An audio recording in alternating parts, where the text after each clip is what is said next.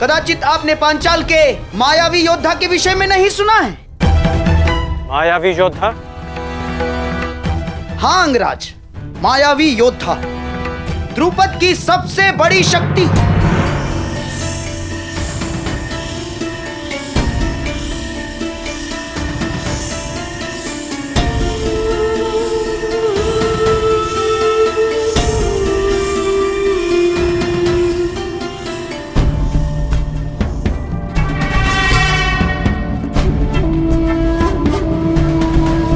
हस्तिनापुर ने पांचाल पर आक्रमण कर दिया है और इस समय पांचाल की ढाल तुम हो। तुम्हें इस युद्ध में भाग लेना ही होगा।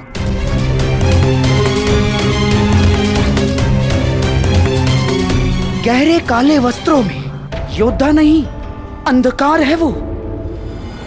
जहां जाता है शत्रु के दल में अंधकार फैला देता है वो। तो फिर आज इस अंधकार का भी अंत होगा गांधार नरेश। सामान्य योद्धा नहीं है वो अंगराज।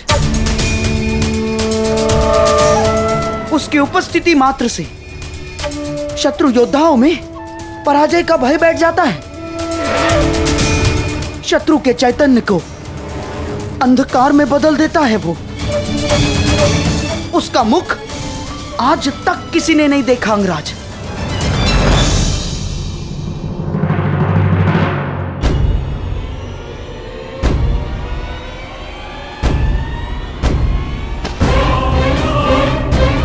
यही अवसर है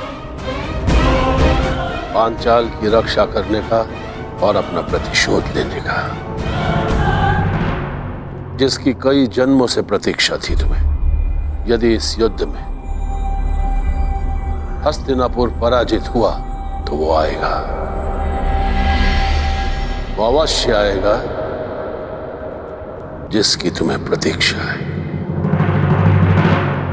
उसके सामने आते ही शत्रु के मुख से साहस उतर जाता है और भय का अंधकार छा जाता है अंगराज।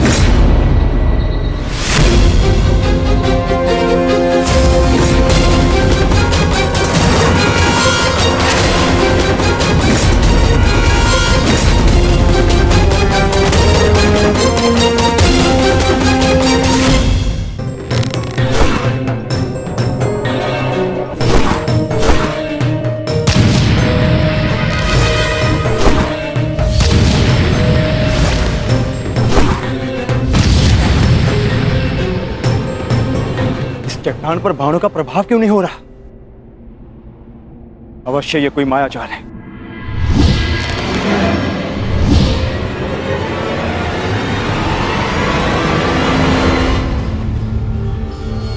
मैं तुम्हें चेतावनी देता हूं, मुझे युद्ध के लिए विवश मत करो। जिस किसी का भी ये माया जाल रचा है मेरे समक्ष प्रस्तुत हो।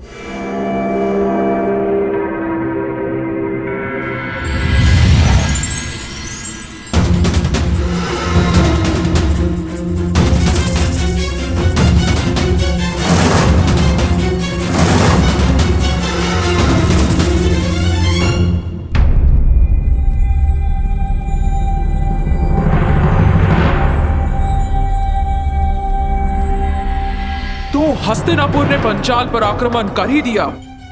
यदि हस्तिनापुर की सेना आई है तो वो भी जरूर आएगा, वो जिसकी मुझे वर्षों से प्रतीक्षा है। आप युद्ध कीजिए। हस्तिनापुर को अंधकार के गर्त में पहुंचाने के लिए आपका योद्धा उचित समय पर प्रस्तुत हो जाएगा।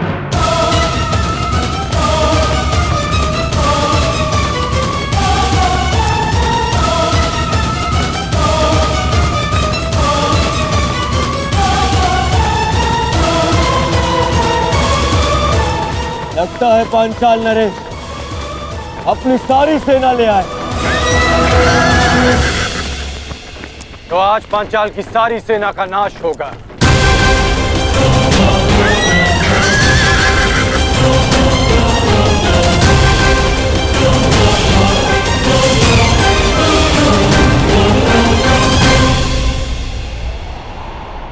द्रुपद कोई विकट व्यूह रच रहा है अंगराज। विकट नहीं, महाविकट व्यू गांधार नरेश।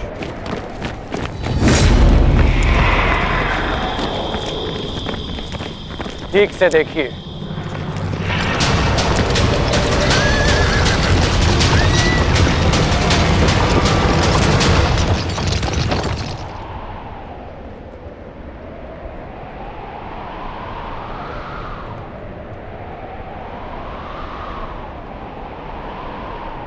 पूंछ की ओर से सेना का प्रवाह आगे होगा और 6 फनों की अगुवाई करेंगे 6 महारथी।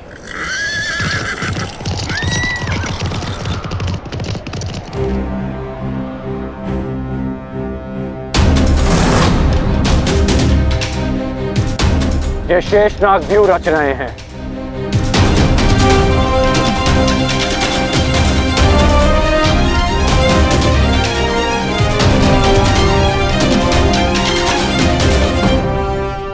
पहले ही प्रयाण में इतनी बड़ी समस्या। हम वन भ्रमण पर नहीं, दिग्विजय पर निकले हैं गांधार नरेश। दिग्विजयों का सामना तो करना ही होगा।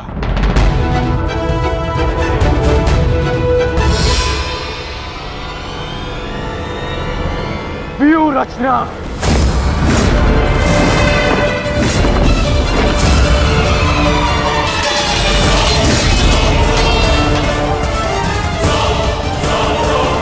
शेषनाग व्यू का उत्तर है गरुड़ व्यू।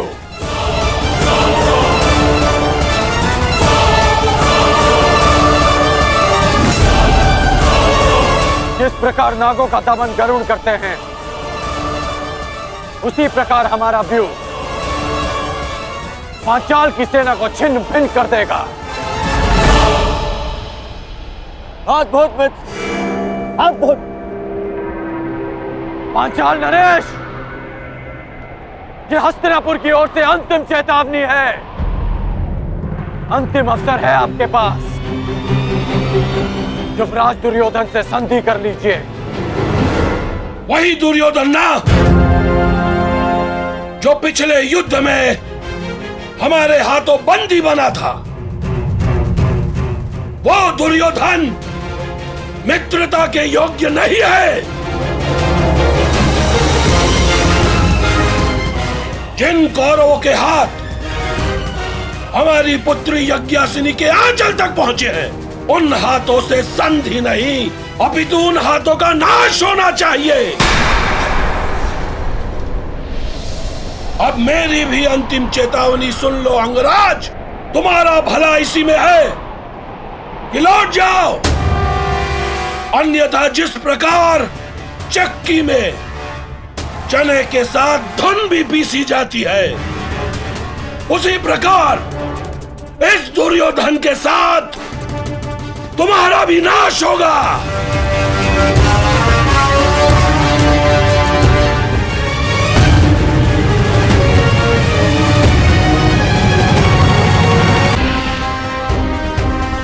तुम्हारा भला इसी में है कि लौट जाओ। सबसे श्रेष्ठ युद्ध वो है जो कभी ना हो। जो शांति से प्राप्त हो सकता है वो युद्ध से नहीं। क्षमा करना नटवर, कुछ मनुष्य युद्ध से पूर्व शांति का महत्व नहीं समझते। आक्रमण! आक्रमण!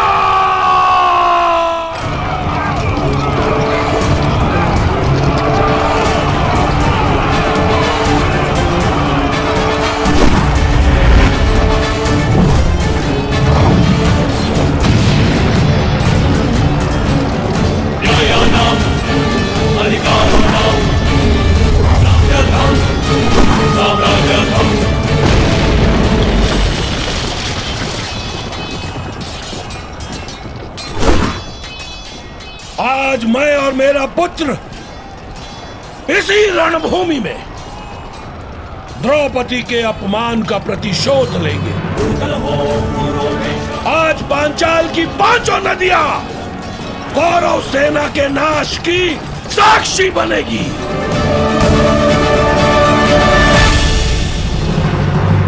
आप कौन है देवी?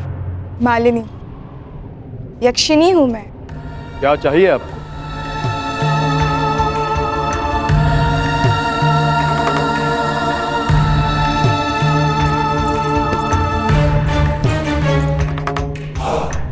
तुम्हारा प्रेम। जब से तुम्हें देखा है तुम्हारी ओर मोहित हो गई हूँ अर्जुन। तुम जैसा ही एक वीर पुत्र चाहिए। मुझे स्वीकार करो। क्षमा चाहता हूँ, मैंने ब्रह्मचर्य व्रत लिया है। व्रत और संकल्प दोनों ही तोड़ने के लिए बने हैं। विश्वामित्र ने भी मेनका के लिए अपनी तपस्या तोड़ दी थी। तुम भी तोड़ दो मेरे लिए। नहीं देवी, जब तक मैं पशुपत अस्त्र प्राप्त नहीं कर लेता, मैं अपनी प्रतिज्ञा से बंधा। और जब तक तुम मेरी कामना नहीं पूरी कर देते, तब तक तुम इसी गुहा में बंद रहोगे। मुझे प्रहार के लिए विवश मत कीजिए।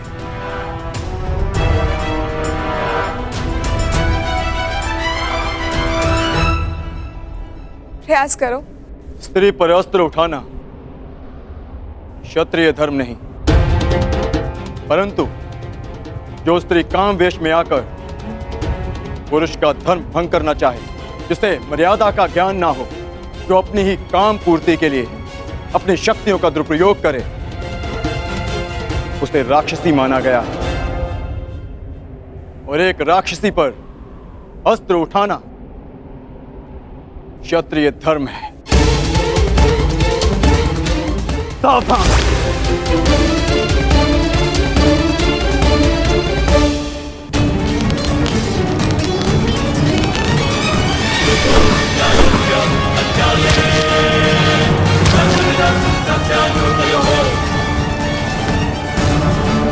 नरेश, आप भूल रहे हैं कि मैंने किससे शिक्षा ली है। कदाचित आपने मुझे स्वयंवर में अपने कौशल प्रदर्शन का अवसर दिया होता तो आज आप मुझसे युद्ध करने का दुस्साहस नहीं करते।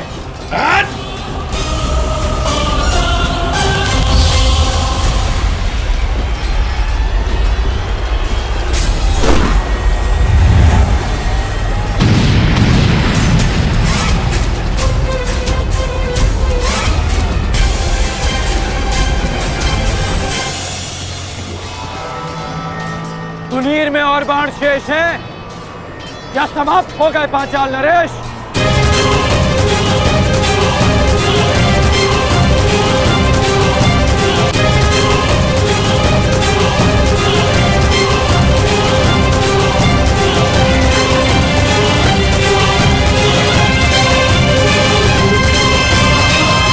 तो पता नहीं पशुपतास्त्र की यात्रा में अब वो किस मोड़ पर होगा।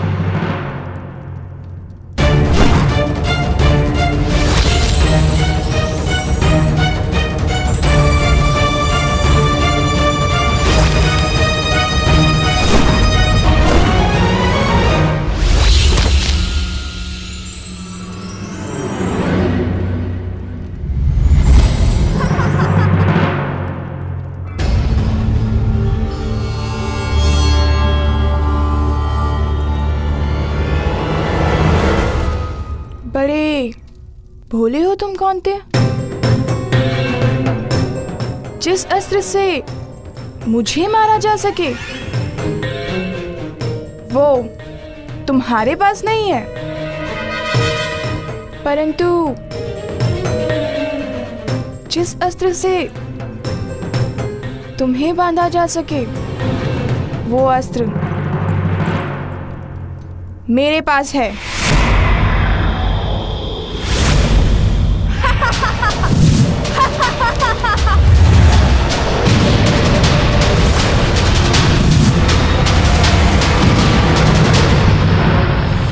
साधारण नारी नहीं हूं मैं, यक्षिणी हूं, वरदान प्राप्त यक्षिणी।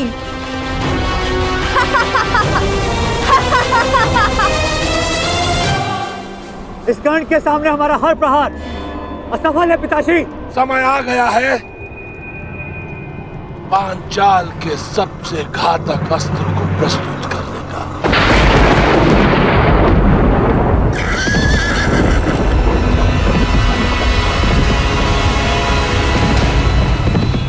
अब भी समय है पांचाल नरेश, हस्तिनापुर की अधीनता स्वीकार कर लो।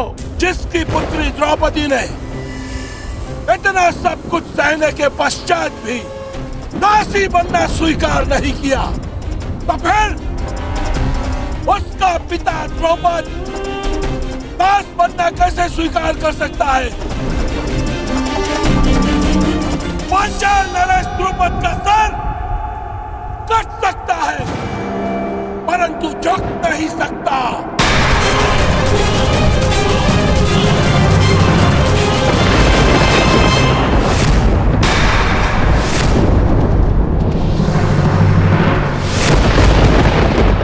मुझे युवराज दुर्योधन के चरणों में राजाओं के मस्तक चाहिए। झुके हुए मिले तो उत्तम, अन्यथा कटे ही सही।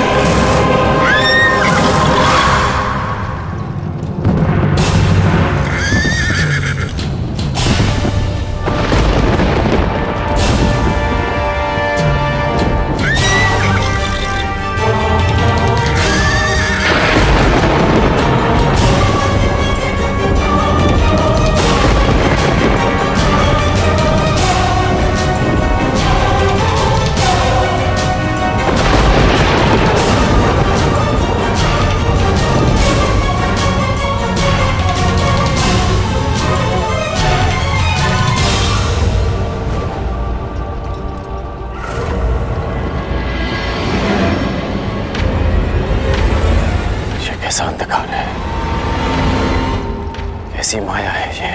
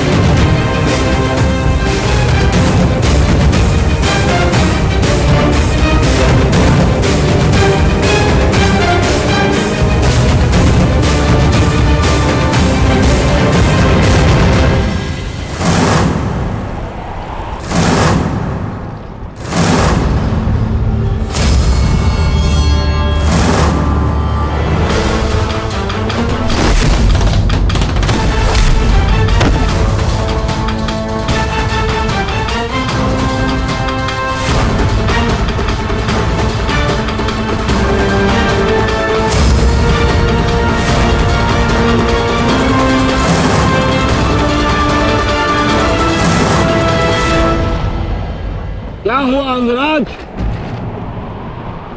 क्या हुआ? अब करो प्रहार। प्रहार करो अंगराज, प्रहार करो। कौन है ये?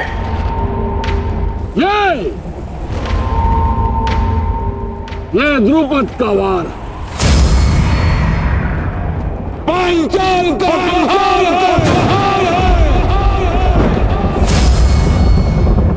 चलो युद्ध करो। बच सकते हो तो बचाओ।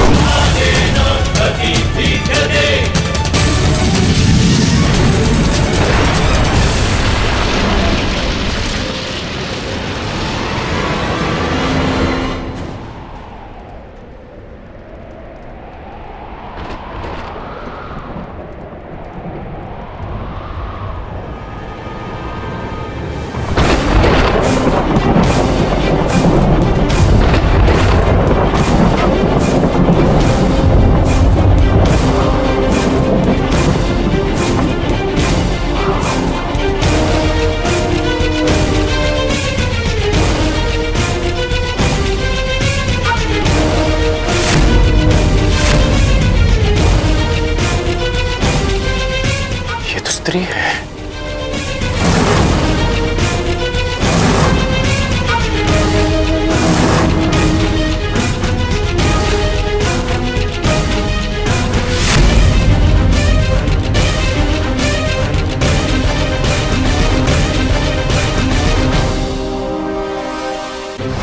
सावधान कर्ण।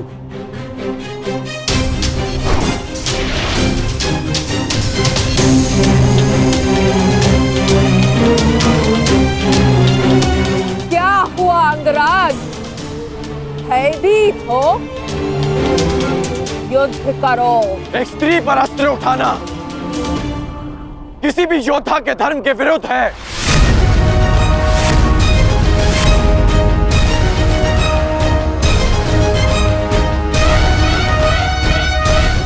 अब क्या करोगे मित्रगण? क्या स्त्री पर अस्त्र न उठाने के कारण हम दिग्विजय का पहला ही युद्ध हार जाएंगे?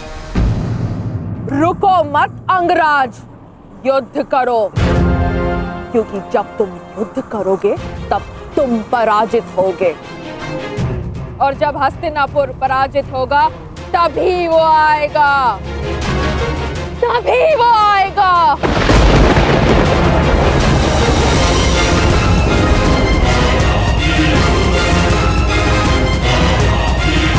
ये किसके आने की बात कर रही है? तुम सबको बंदी बनना होगा, तभी वो आएगा, तभी मेरे जन्मों का प्रतिशोध पूर्ण होगा। मामा जी, ये किसकी बात कर रही है? किसे लाना चाहती है वो यहाँ पे? मेरा प्रतिशोध पूर्ण करने के लिए उसे आना ही होगा।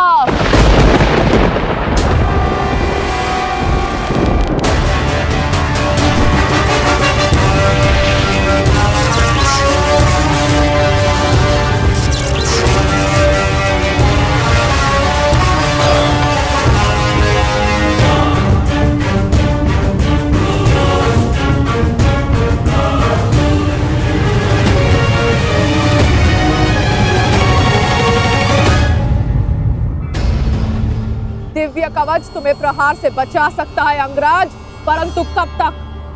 तुम्हें हारना ही होगा। कौन हो तुम वीरांगना? और किसके आने की बात कर रही हो?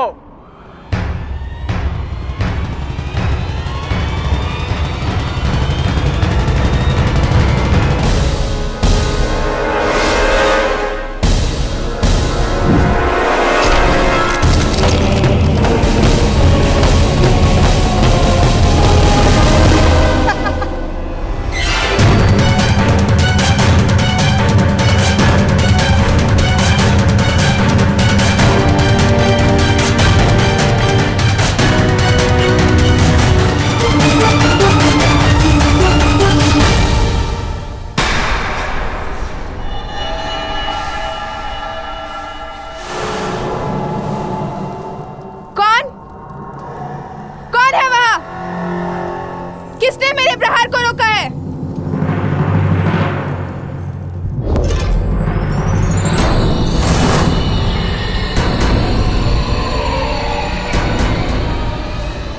इंद्रदेव, आप? पर आपसे तो मेरा कोई बैर नहीं। मेरे पुत्र से बैर कर कर तुमने मुझे अपना बैरी बना लिया।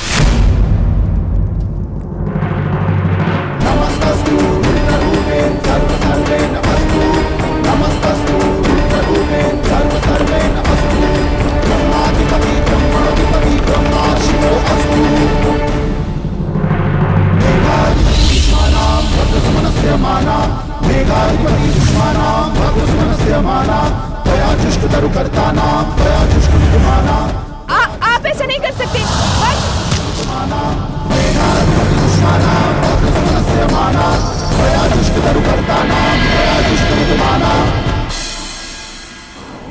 बताओ कौन हो तुम?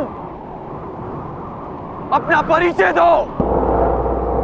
अंगराज, यह शिखंडनी है। शिखंडनी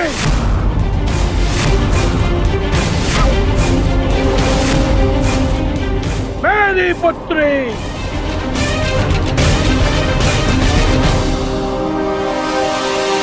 युद्ध करो अंगराज, क्योंकि पांचाल में वीरों का परिचय उसके युद्ध कौशल से होता है, उसके पुरुष या स्त्री होने से नहीं।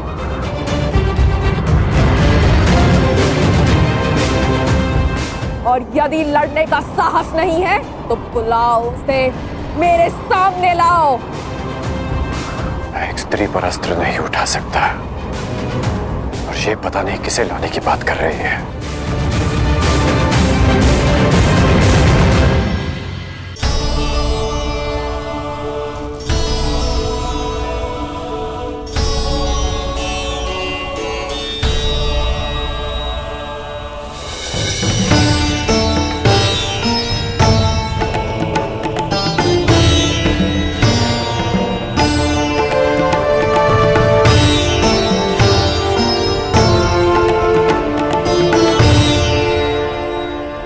परिश्रम का समय है पुत्र अर्जुन। तुम्हारा लक्ष्य कैलाश है। जाओ, कैलाश का मार्ग उस ओर है।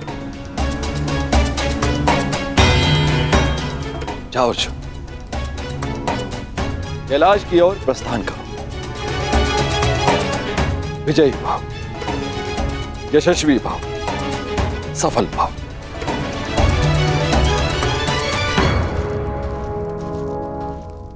अपने पुत्र के मार्ग से मैंने बाधा हटा दी।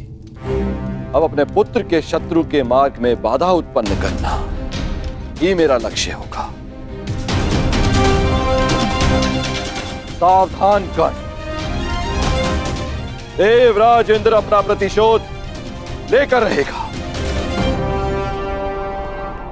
कर्ण, प्रहार करो।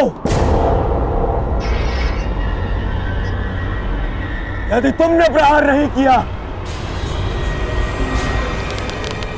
तो मैं प्रहार करूंगा। नहीं युवराज, नहीं।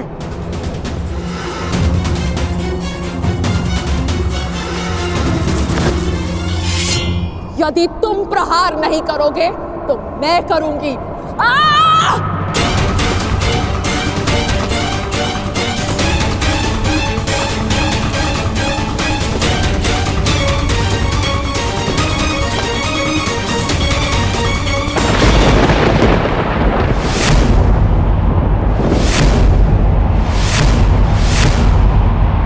आ गया वो।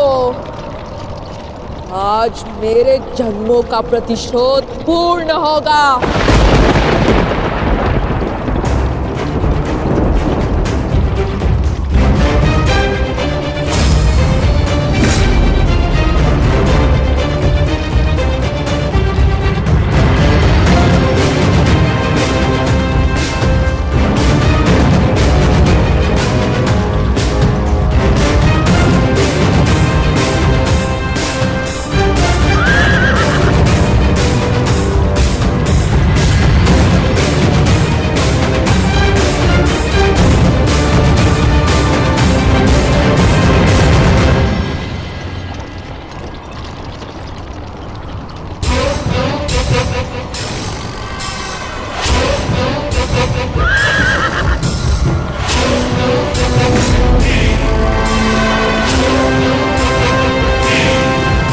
पितामह,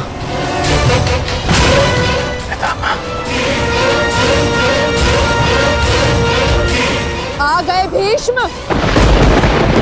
जन्मों से जिस प्रतिशोध की अग्नि में मैं जल रही थी उसे पूर्ण करने के लिए तुम्हें आना ही पड़ा। स्मरण है या भूल गए? मेरा अपमान, मेरे अस्तित्व का नाश। स्मरण है वो अपमानित अम्बा जिसे न प्रेम मिला न पति। स्मरण है वो अबला अम्बा जिसके स्वयंवर से एक टूटी हुई वस्तु के भांति उठाकर तुम ले आए। स्मरण है वो अम्बा जो अपने अपमान के प्रतिशोध के लिए हर वीर के पास गई, हर योद्धा के पास भटकी। स्मरण है वो अम्बा जिसने तुम्हारी नाश की प्रतिज्ञा लेकर अपने आप को अग्नि को समर्पित कर दिया।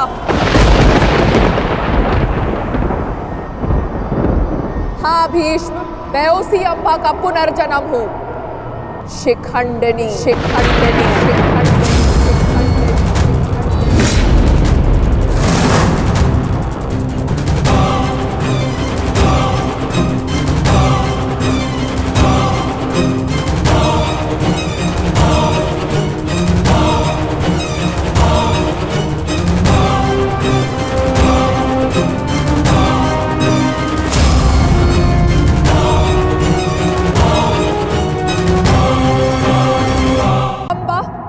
तुम्हारी नाश की प्रतिज्ञा लेकर अपने आप को अग्नि को समर्पित कर दिया।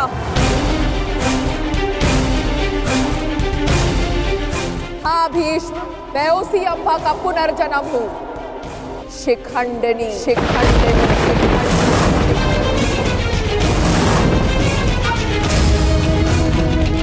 जो तुम्हारा काल बन के जन्मी है। आज उस अम्बा का प्रतिशोध पूर्ण होगा। आज मैं तुम्हें मृत्यु दूंगी।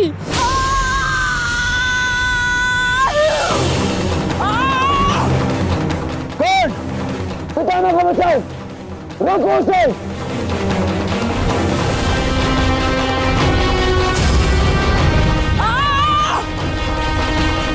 अंगराज, तुम कुछ करते क्यों नहीं हो?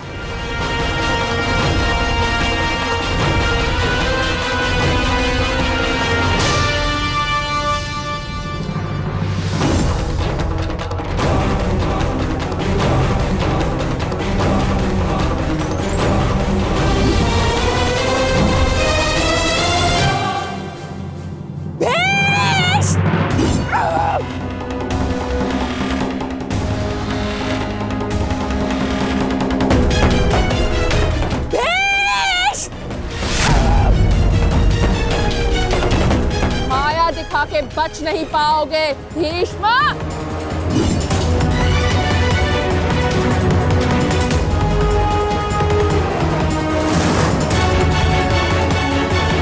ब्रह्माया अस्त्र, ये प्रतिद्वंद्वी के सबसे बड़े शत्रु का भय उसके समक्ष उत्पन्न कर देता है।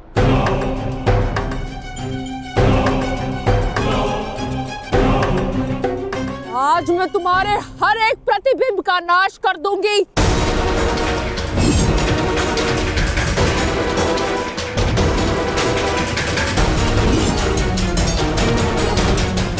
ओह, तो वो कथा सत्य थी जो अम्बा गंगा पुत्र के संहार के लिए पुनर्जन्म लेगी।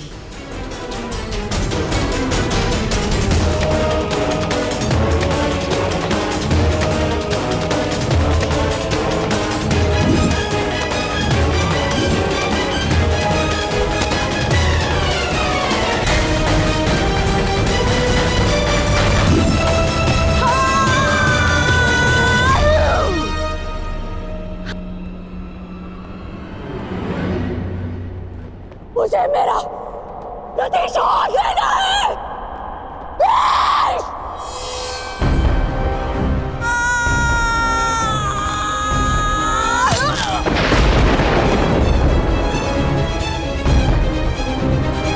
समय आ गया है। शिखंडिनी को नागपाश के बंधन का अनुभव करा दिया जाए।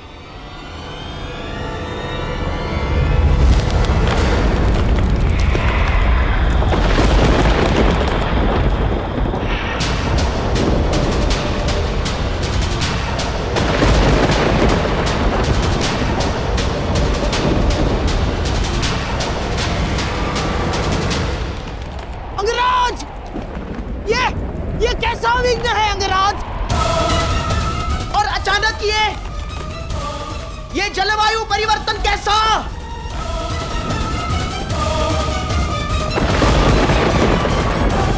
और वो भी केवल हमारी सेना पर अंगराज।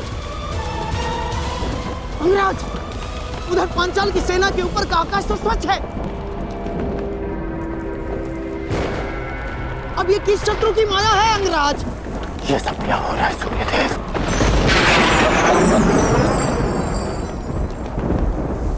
ये सूर्यदेव नहीं मूर्ख कर्ण, ये मैं,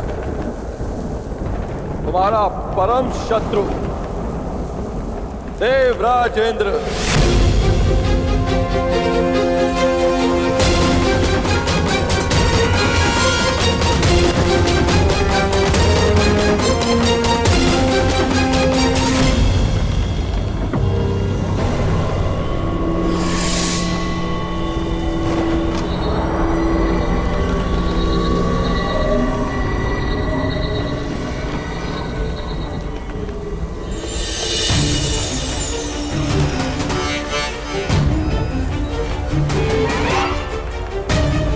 सूर्यदेव, ये आप क्या कर रहे हैं? अब क्यों मेरे मार्ग में आ रहे हैं? देवताओं के राजा होने का यह अर्थ नहीं है कि आप ही को अपनी शक्तियों का प्रयोग करने का अधिकार है।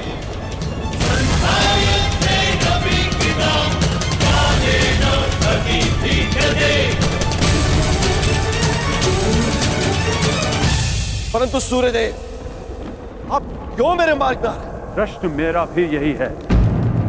हस्तिनापुर की सेना पर आप अपना क्रोध क्यों जता रहे हैं? सूर्यदेव, मैं तो केवल अपने पुत्र के मार्ग में आई अड़चन को हटा रहा, और मैं भी अपने पुत्र की सहायता करने का प्रयत्न कर रहा हूं। आपका पुत्र? सूत पुत्र नहीं,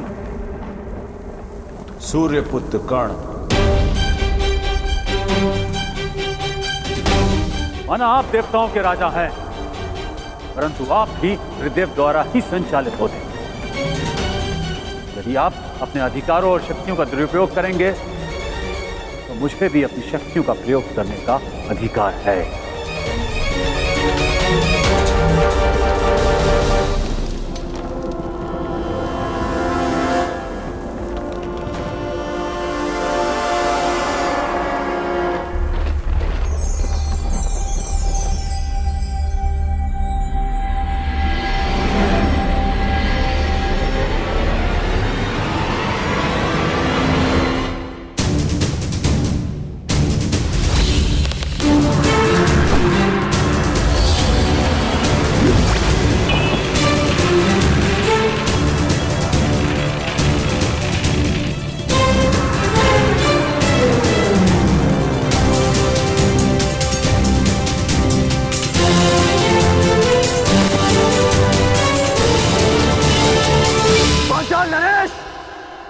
यदि अपने राज्य का विध्वंस नहीं चाहते हो तो अपनी पराजय स्वीकार करो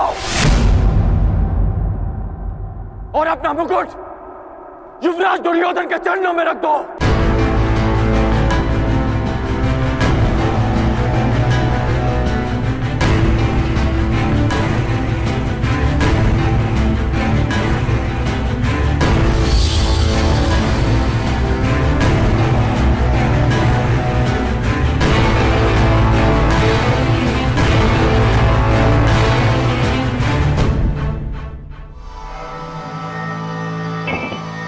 मामाश्री, आज इस विजय से मेरी उस पराजय के अपमान का दंश मेरे हृदय से निकल गया।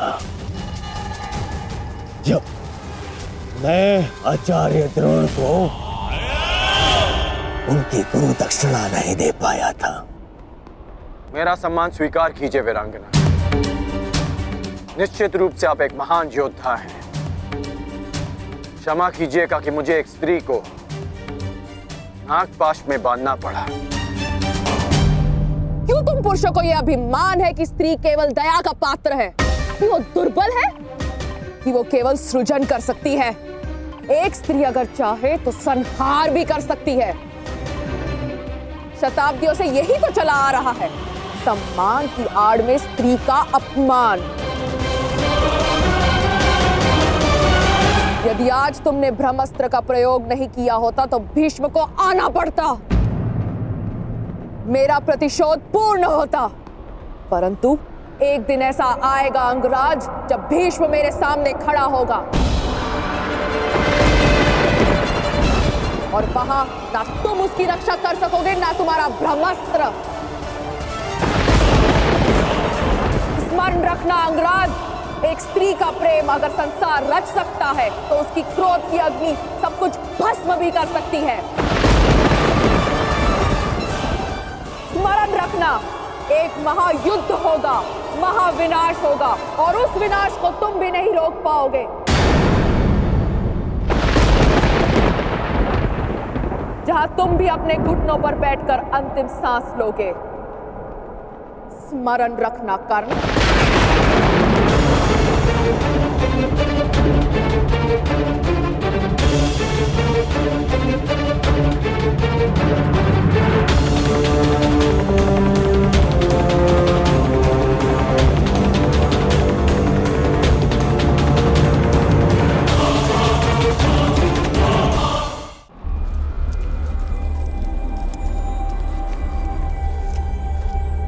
बड़ा भयंकर युद्ध था अंगराज। महादेव की कृपा से समाप्त हुआ और हमारी विजय हुई।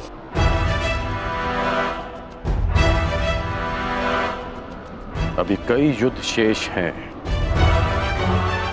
और कई विजय प्राप्त करनी है गांधार नरेश। हाँ। मैं इस दिग्विजय यात्रा को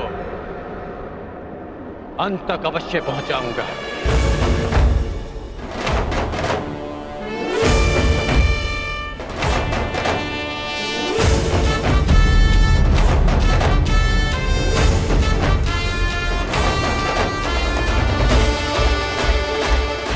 आखिर कब इस कर्ण का विजय रथ रुकेगा?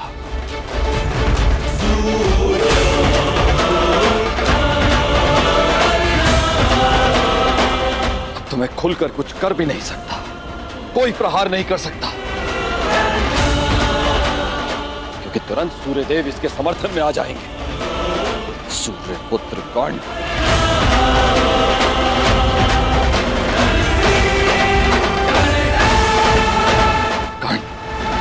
पांचाल पर विजय कर मगध की ओर बढ़ता जा रहा है। और वहां मेरा पुत्र अर्जुन घोर तपस्या करके भी महादेव को प्रसन्न नहीं कर पा रहा।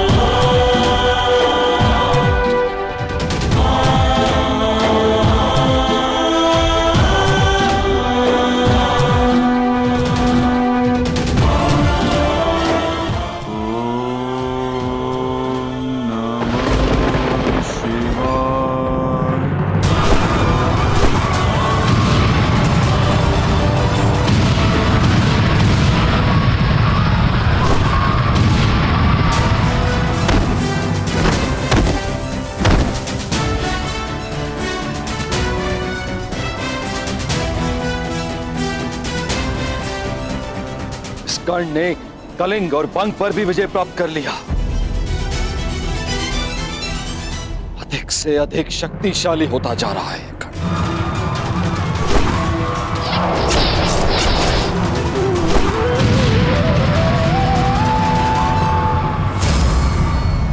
अर्जुन।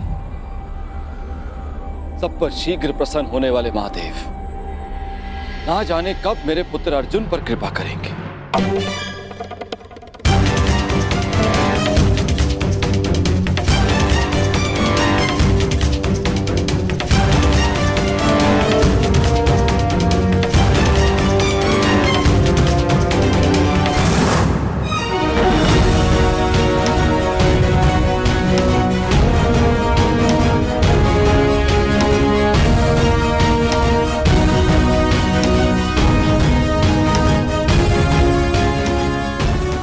वनवास के 10 वर्ष पूर्ण हो चुके।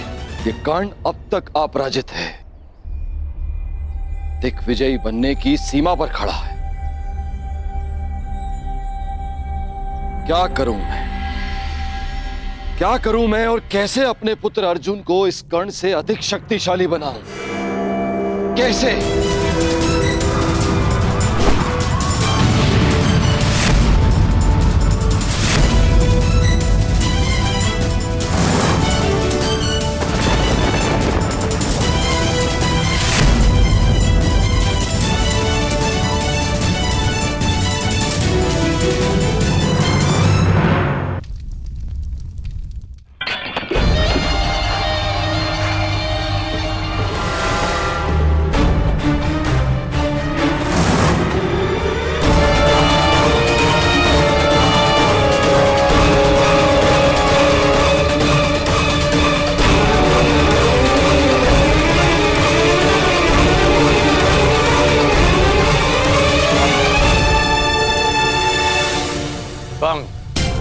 छेदी, कलिंग, मगध, त्रिगद, मत्स्य,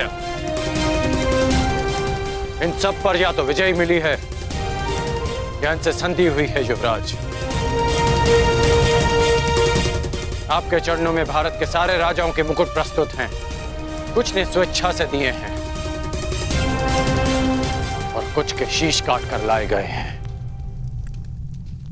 असत्य भाषण तुम जैसे वीर पुरुष को शोभा नहीं देता अंगराज। अभी तक दिग्विजय संपन्न नहीं हुई है, क्योंकि इन मुकुटों में एक मुकुट तो है ही नहीं। उग्रसेन का मुकुट अंगराज।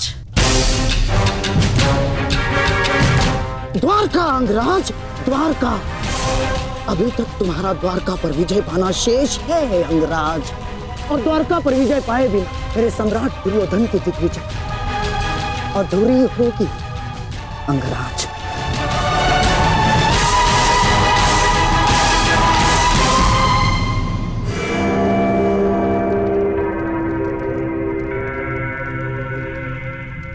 द्वारका से युद्ध यानी वासुदेव से द्वंद्व।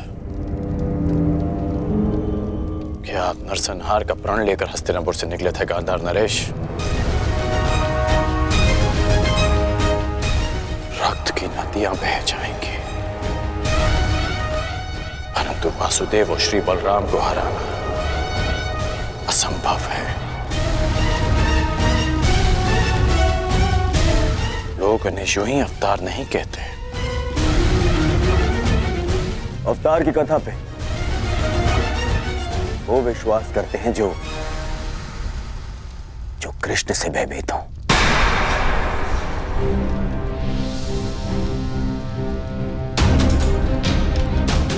तुमने ही कहा था ना मित्र कि भावी युद्ध के लिए शक्तिशाली राजाओं को अपने समर्थन में लेना आवश्यक होगा।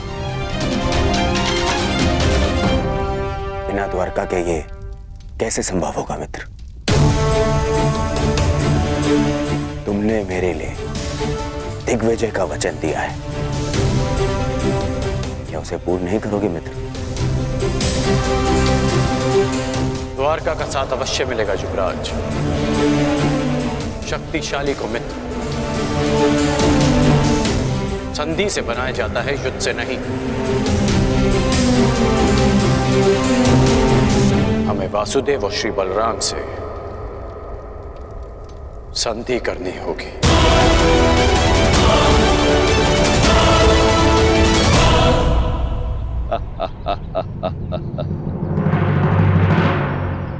द्वारका से संधि।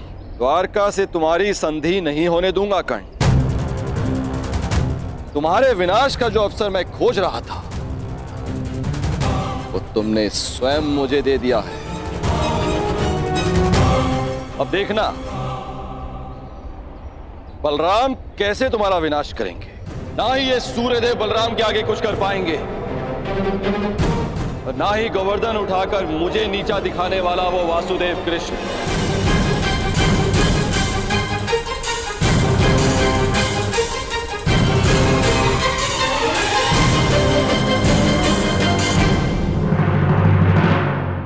सूत पुत्र से संधि करेंगे आप? द्वारका में वर्ण भेद नहीं है इंद्रदेव। किंतु कर्मों का क्या? उस कर्ण ने छल कपट करके अपने गुरु से विद्या प्राप्त करी। खुले दरबार में द्रौपदी का अपमान होते देखा। आपके बहनोई अर्जुन के प्राणों का प्यासा है वो, कोई योद्धा नहीं है वो, एक छलिया है। और आप चले हैं उनसे संधि कर।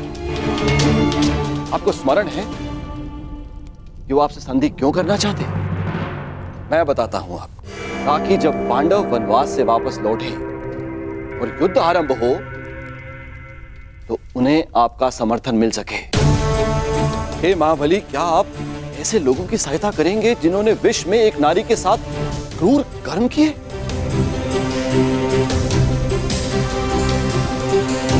तो और क्या विकल्प हो सकता है इंद्रदेव? यदि कोई मित्रता का हाथ बढ़ाने के लिए आपके घर तक आए तो आप उसे कैसे ठुकरा सकते हैं? यदि मित्रता का अवसर ही ना दिया जाए तो कैसे?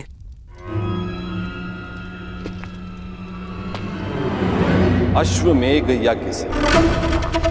इससे पहले कि वो कर्ण द्वारका पहुंचे, आप अपने नाना श्री के प्रतिनिधि बनकर यज्ञ आरंभ कीजिए। अश्व छोड़िए। यदि कर्ण ने उस अश्व को जाने दिया तो वैसे ही हस्तिनापुर आपका अधीन हो जाएगा, और यदि रोक लिया तो आप युद्ध करके उसका नाश कर सकते हैं। ये अच्छा विकल्प है।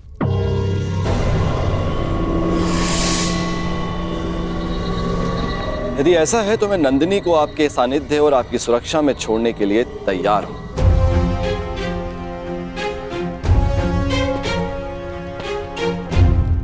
दाऊ,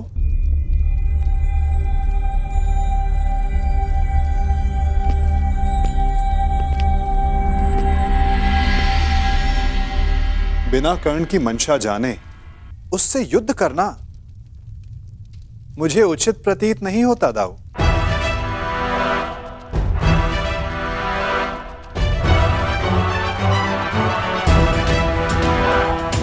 मुझे ऐसा प्रतीत होता है कि आप नंदिनी की सुरक्षा करने में समर्थ नहीं।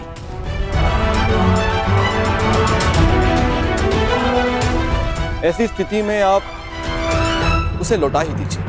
यदि नंदिनी यहां से गई तो द्वारका का अपमान होगा, जो मुझे स्वीकार नहीं। नंदिनी यहीं पे रहेगी।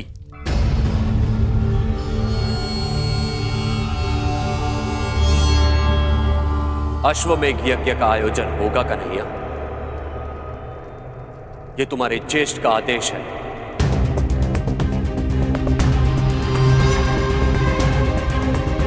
क्या तुम्हें अस्वीकार है?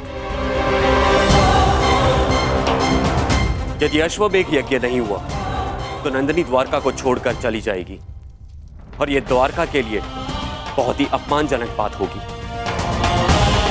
क्या यह स्वीकार है?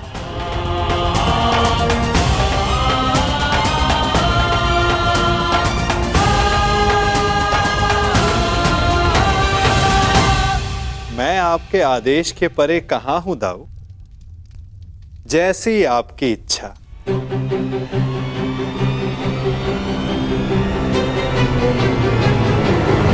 तो ठीक है, यज्ञ के लिए उत्तम अश्व की व्यवस्था करो और पहले ही मुहूर्त में यज्ञ प्रारंभ होगा।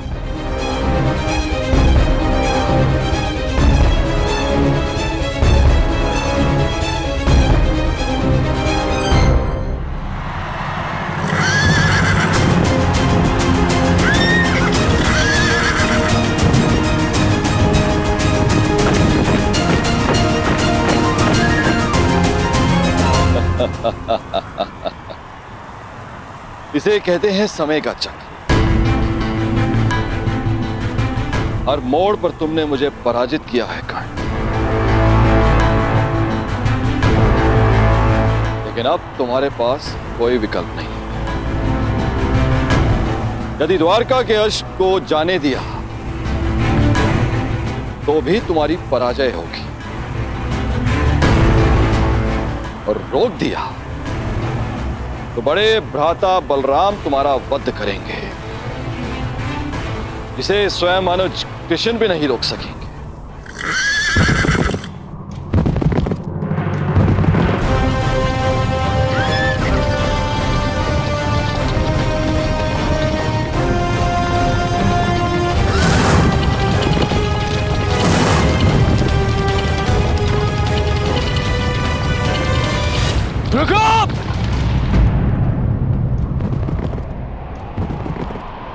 क्या हुआ मित्र?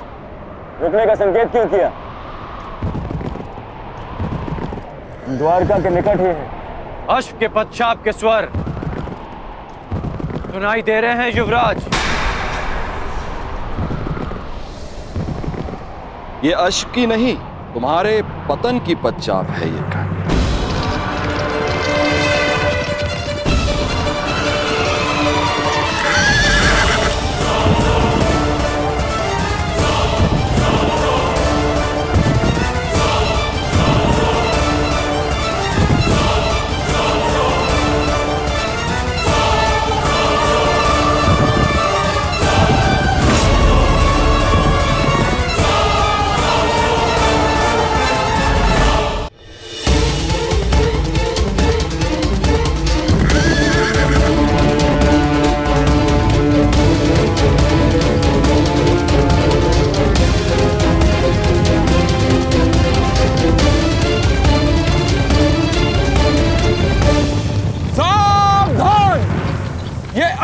यज्ञ का अश्व है जो श्री बलराम और श्री कृष्ण की सुरक्षा में है।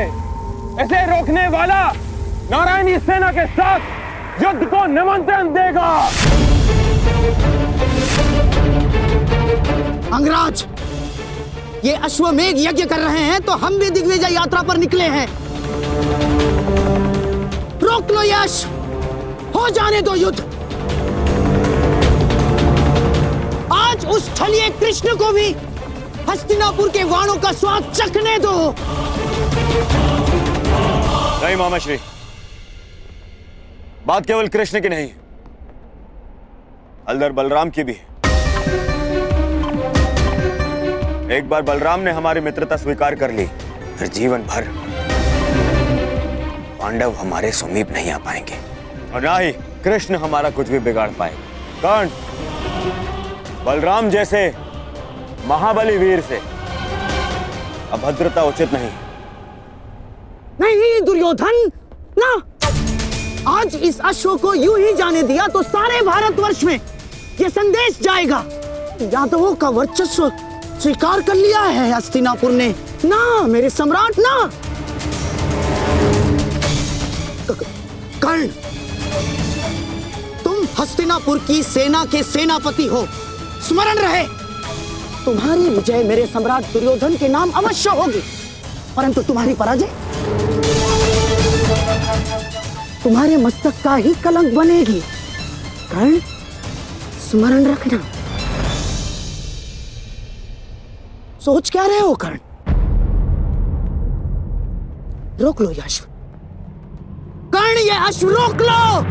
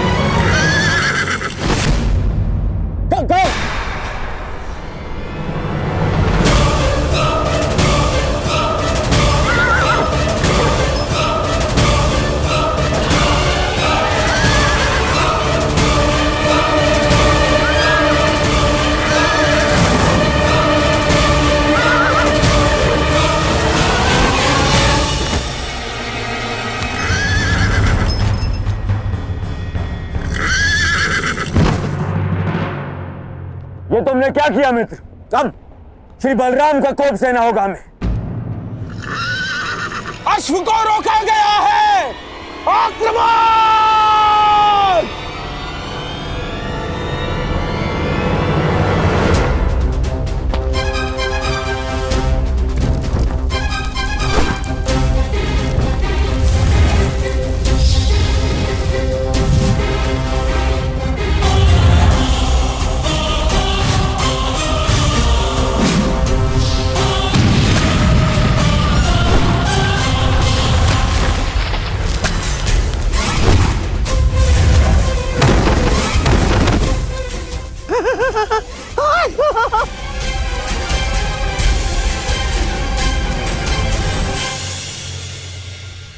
ठीक कहा था देवराज ने, यह कर्ण बड़ा ही उद्दंड और दुस्साहसी है। द्वारका के अश्वमेघ यज्ञ के अश्व को रोका है उसने, हमारी सेना पर आक्रमण किया है उसने। मैंने कहा था ना दाऊ कि ये योद्धा तनिक विकट है, परंतु उसने अभी तक बलराम के हल और गदा की विकटता नहीं देखी है। हस्तिनापुर को अपने हल की नोक से उखाड़कर भूमि में गाड़ दूंगा मैं जानता हूं कि तुम्हें कर्ण प्रिय है, परंतु जो भी द्वारका के सम्मान की सीमा को लांघे वो मुझे प्रिय नहीं। अब कर्ण को मेरा सामना करना ही होगा। अब जैसी आपकी इच्छा दाऊ। मैं तुम्हारी इच्छा जानना चाहता हूं कन्हैया, क्या इस युद्ध में तुम भाग लोगे या नहीं?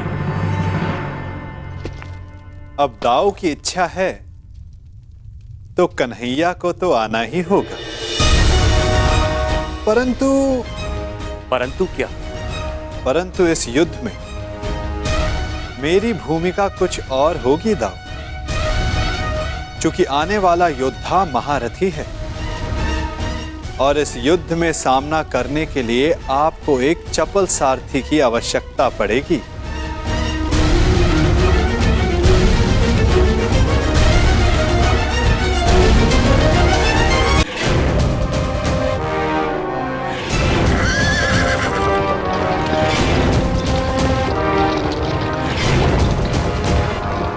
लो सम्राट, ये छलिया सारथी बनकर आया है, अर्थात शस्त्र नहीं उठाएगा। विजय निश्चित है सम्राट, विजय निश्चित है हमारी।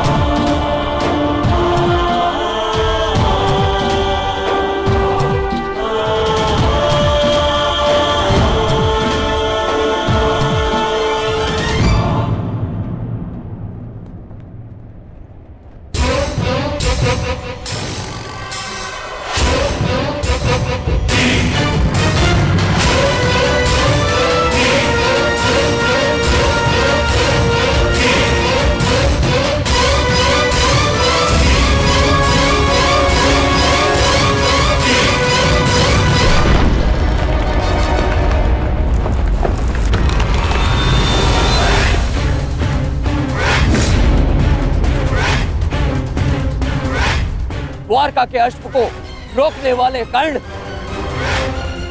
तेरा सामना बलराम से है।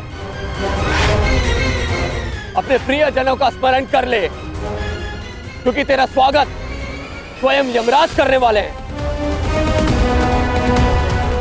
शत्रु ने ललकारा है, अंगराज उत्तर दो।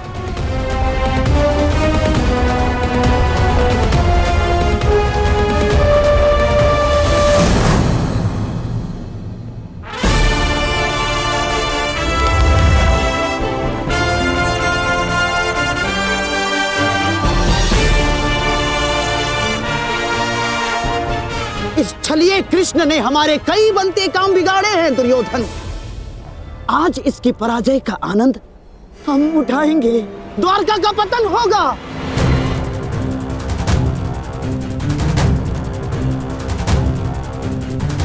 और फिर तुम्हें पांडवों का कोई भय नहीं होगा। मेरे सम्राट, कोई भय नहीं होगा।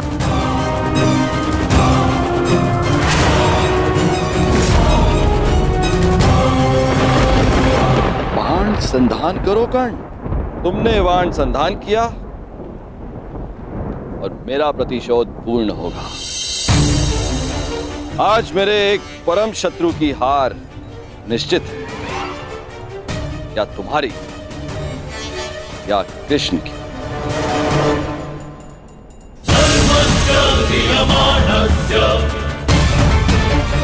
चला बाण चला कर्ण। ये तेरे बाण ही तेरी मृत्यु का कारण बनेंगे। देख रहे हो कन्हैया, जिस कर्ण से तुम्हें इतना स्नेह है वो कितना दृष्ट है।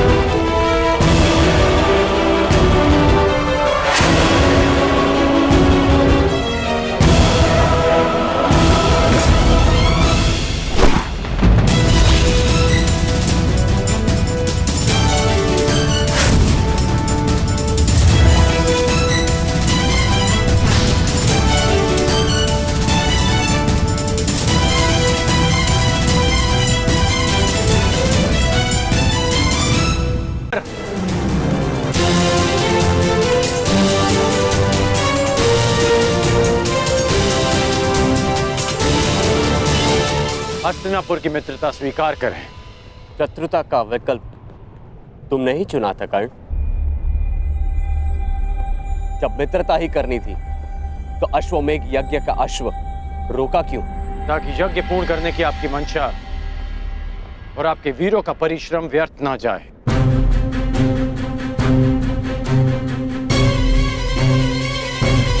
इस अश्व को ध्यान से देखिए। इस अश्व का दायां कान कटा हुआ है।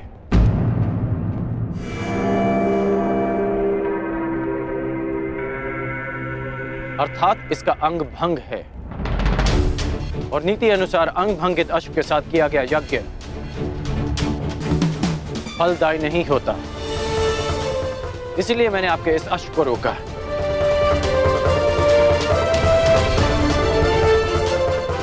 हलधर, मैं स्वयं आपको समझाना चाहता था, परंतु उससे पूर्व आपके वीरों ने मुझ पर आक्रमण कर दिया और कदाचित मुझे उसका उत्तर देना पड़ा। परंतु आपने स्वयं देखा होगा कि मैंने उन्हें केवल निशस्त्र किया, उनके प्राण नहीं लिए। तो तुमने मेरी सहायता करने के लिए अश्व रोका। अद्भुत, हम प्रसन्न हुए।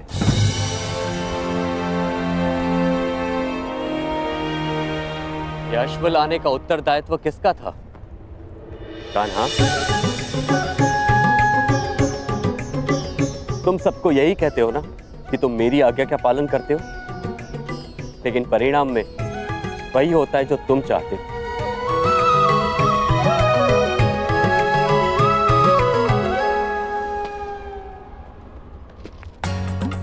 अब क्या करूं दाऊ, मेरा भाग्य ही ऐसा है।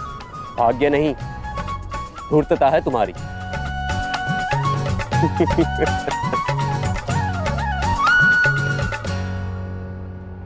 तुम्हें लेके मेरे मन में जो भ्रम था, वो भ्रम तुमने तोड़ दिया है।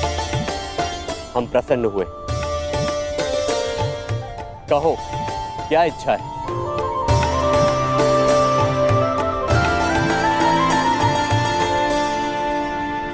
आपसे मित्रता की इच्छा है हलधर।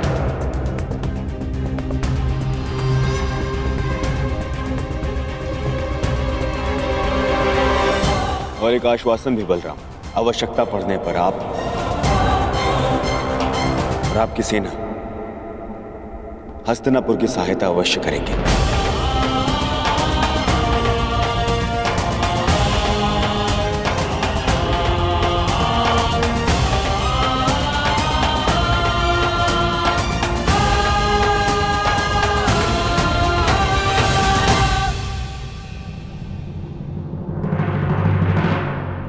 स्वीकार है।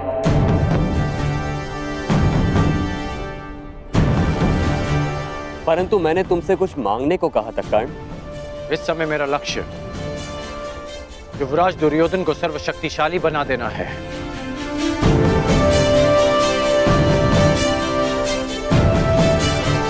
इसलिए मैं चाहता हूं कि आप युवराज दुर्योधन को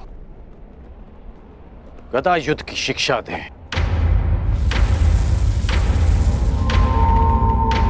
और इन्हें संसार का सर्वश्रेष्ठ गदाधारी बना दें। स्वीकार है।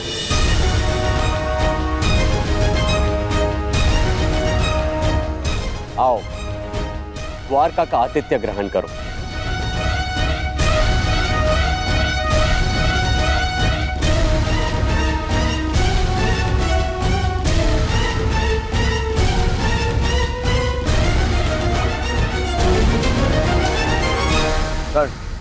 वरदान तुम्हें मिला था और तुमने उसे मेरे लिए उपयोग किया। आज तुमने एक बार फिर यह सिद्ध कर दिया कि संसार में यदि कोई मेरा सबसे बड़ा हितैषी है तो वो तुम हो कर्ण। मैं हस्तिनापुर का हितैषी हूं युवराज, और हस्तिनापुर युवराज का सेवक। मेरा धर्म हस्तिनापुर और आपको शक्तिशाली बनाना है। प्रणिपात युवराज।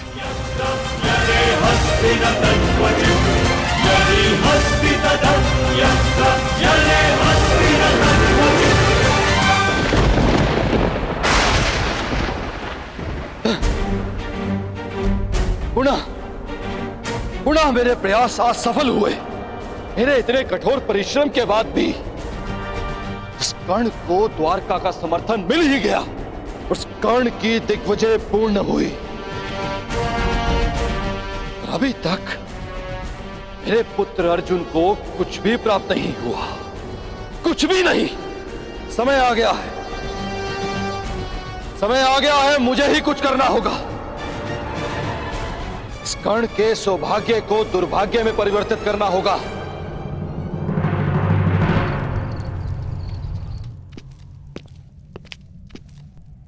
दिग्विजय पूर्ण हुई कर्ण।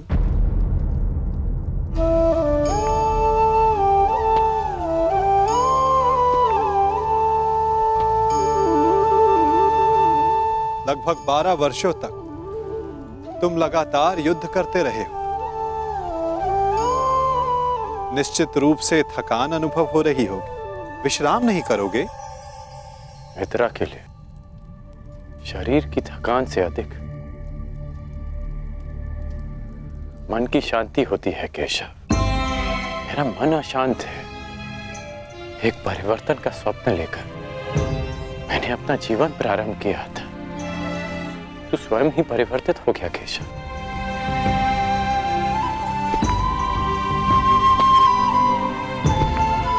परिवर्तन चाहते हैं और स्वयं के परिवर्तित होने से घबराते हो। ये दोहरा व्यवहार उचित नहीं राधे। मैं ऐसा परिवर्तन नहीं चाहता था केशव। मैंने सदा स्वतंत्रता की कामना की थी, और आज स्वयं मैं हस्तिनापुर का दास बन गया। मैंने तो कितनी बार तुमसे ये बंधन तोड़ देने का आग्रह किया अंगराज, तुमने ही नहीं स्वीकार। जानते हो मन में संतोष क्यों नहीं है? क्योंकि लक्ष्य शुद्ध होने के साथ साथ साधन और सहायक भी शुद्ध होने चाहिए। और तुम ये भली भांति जानते हो कि तुम्हारे सहायक कैसे हैं। मित्र, अब भी समय है तुम्हारे पास। नहीं केशव,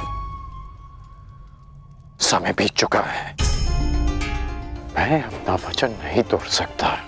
मैं आपसे पूछता हूं, आपने भी तो कई वचन दिए होंगे। क्या आप अपने वचन तोड़ सकते हैं?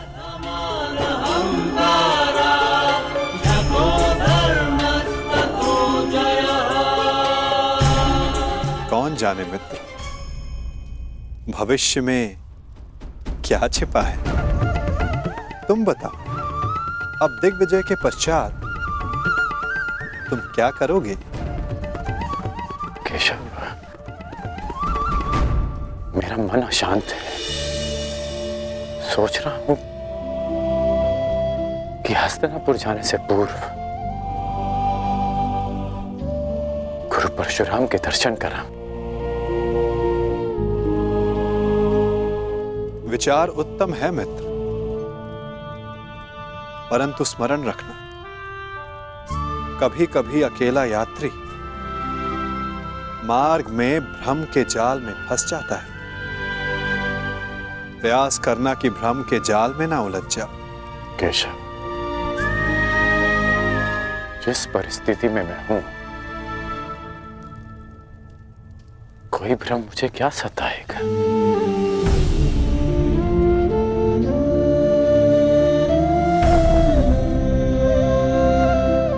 आपकी मुस्कान मुझे बहुत शांति देती है केशव।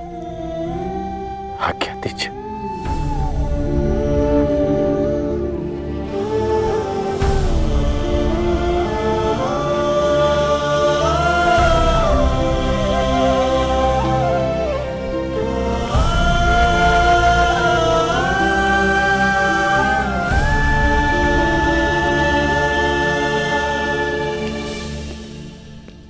कभी कभी मनुष्य परिस्थितियों का खिलौना बन जाता है मित्र। कभी कभी मंतव्य शुभ होने पर भी गंतव्य पर कुछ अशुभ हो ही जाता है। इसीलिए यात्रा में सावधानी आवश्यक है। तनिक सी असावधानी बहुत बड़ी दुर्घटना को जन्म दे देती है। सावधान रहना मित्र।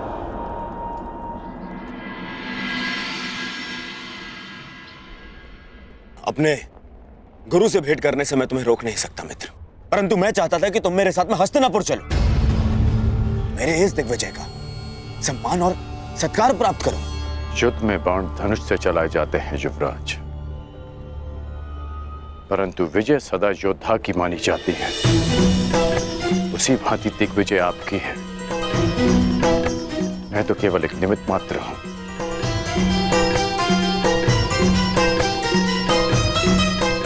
आज्ञा दें।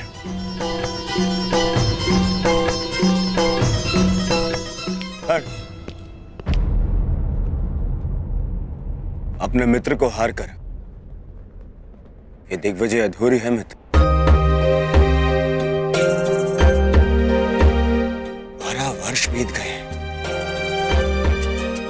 इन 12 वर्षों में तुमने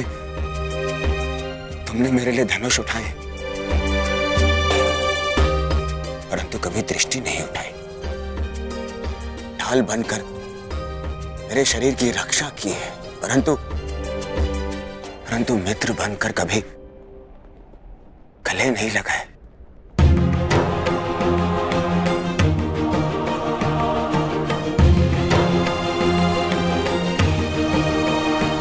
मुझे तो यह समझ में नहीं आता कि वनवास उन पांडवों का था या मेरा।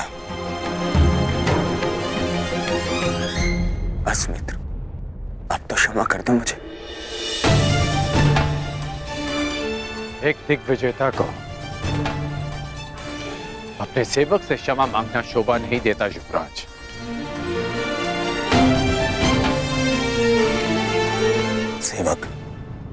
सेवक ऐसे 100 दिग्विजय न्यौछावर कर सकता हूं तुम्हें एक बार गले लगाने के लिए।